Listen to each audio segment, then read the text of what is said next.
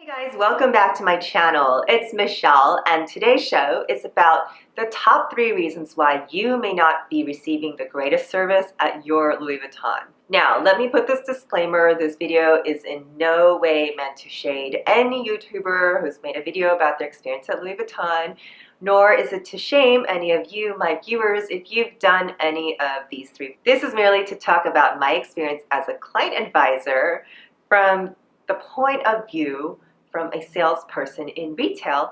I hope I'm giving you some tips on how to become a more savvy shopper, whether you're shopping at Louis Vuitton or anywhere else. So let's get right into it. Reason number 1, you are not loyal to a specific client advisor, or at least to a specific boutique. This might not seem like a big deal. In fact, all the Louis Vuitton boutiques carry different unique items. So there's nothing wrong with shopping at different stores, but let me tell you how it can benefit you. Now, shopping with a specific client advisor, our job as client advisor is to build a relationship with you and get to know what is it that you're looking for and what is it you need.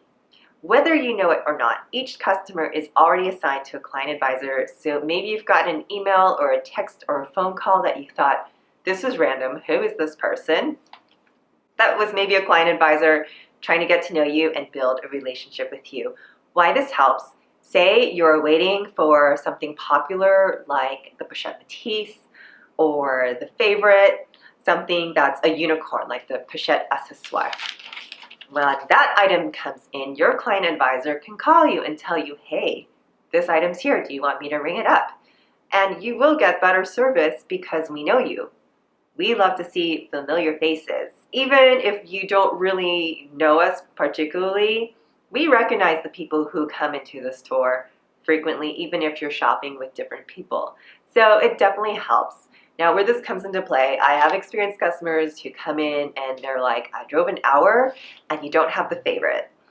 Okay, the favorite was discontinued already, but like if you had a client advisor to tell you that, or if the product came in, we'd be able to tell you because we know that you're waiting for it. So some people complain because they're waiting for a product, but nobody even knows that they're waiting for it. Just an example. Also, having that relationship with your client advisor, you may be invited to special events, your experience is going to be smoother, and it may make it easier for returns or exchanges, which leads me to reason number 2. You are a serial returner. We know returns happen in retail. It's unavoidable. I bought this as a gift. She didn't like it. Can I return it?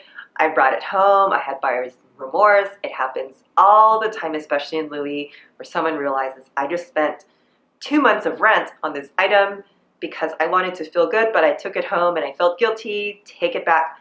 That's all okay. But if you are a serial returner, it raises a red flag. Every single transaction at Louis, whether it's a keep out or an expensive handbag, takes a lot of time, and the client advisors actually put a lot of time and effort and heart into getting you that product.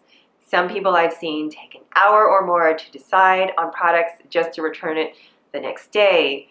So it does kind of waste our time a little bit. If I don't know how else to say it, waste our time. It hurts our bottom line because now client advisors are on commission. So please, just please be considerate of your salesperson's time. Now, the serial returner, why this is a red flag, we can see every client's purchase and return history. Let me tie this to number 1. If you're buying from one store and then returning to another, and we see that happening consistently, it's going to raise a red flag. Or if you keep buying the same item and then returning it again, it's going to raise a red flag. Now, we can't specifically say what's going on. It could be a number of different reasons. Okay, now if you are number 1 and 2 together, like I said, buying from one person, returning at a different store, maybe to relieve the guilt, I don't want to face that salesperson again. Some people actually come into the same store and just go to a different salesperson as if we cannot see you, as if we don't recognize you. Oh yes, we do, but like I said, we can look into your purchase history. Now, once you build that reputation as the constant returner, no salesperson is really going to want to help you. Just please stop. Now, why people do it, we can only speculate, maybe for your Instagram feed or for your latest video unboxing, or they wear the bag to a party.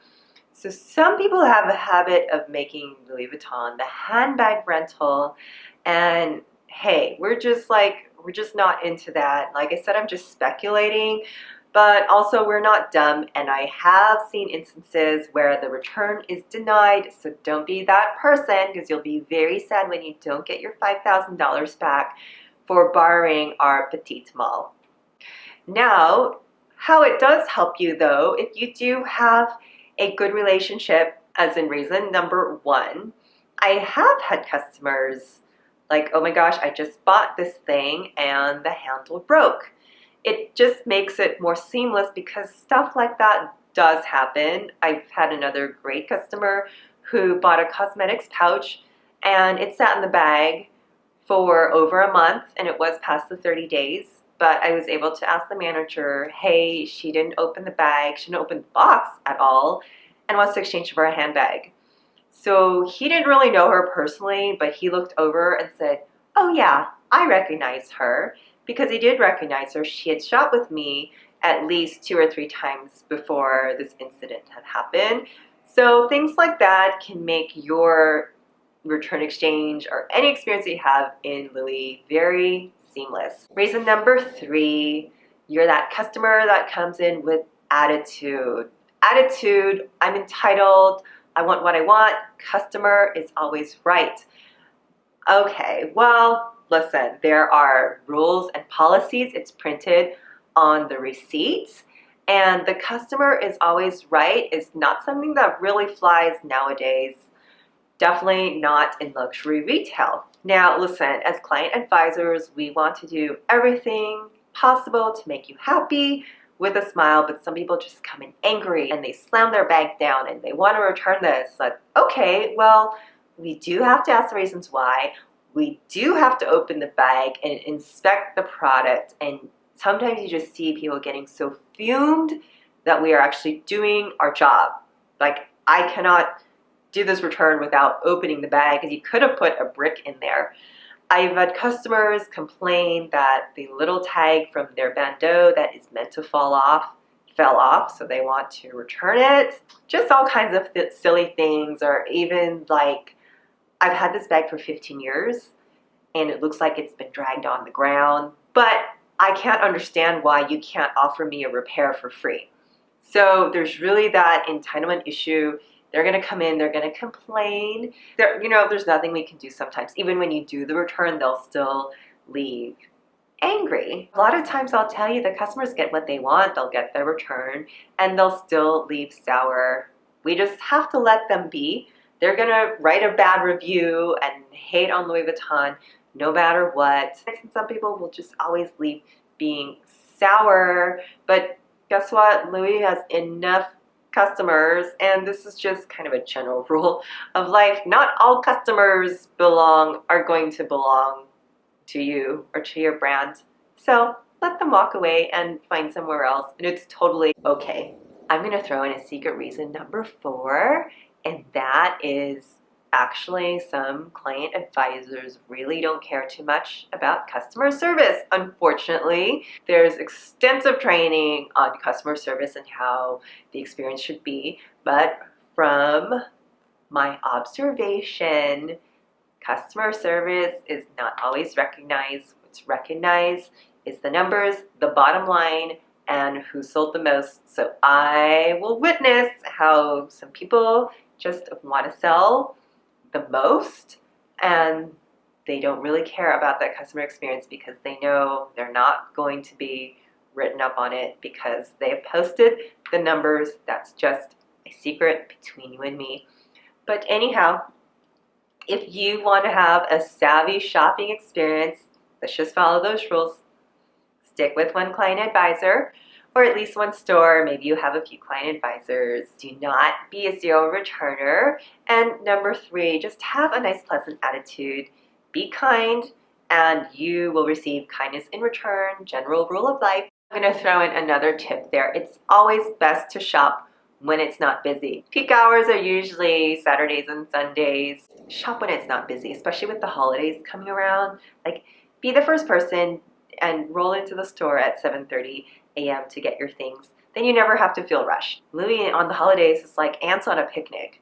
So it's sometimes just hard to get great customer service, and it's not going to be your client advisor's fault. I hope you enjoyed these tips today, and like I said, it's not to shame anyone if you've done any of these things. It's just to help you become a savvy shopper. So thank you guys so much for watching if you've watched to this point of the video, and don't forget to hit the like and subscribe. Mwah. See ya.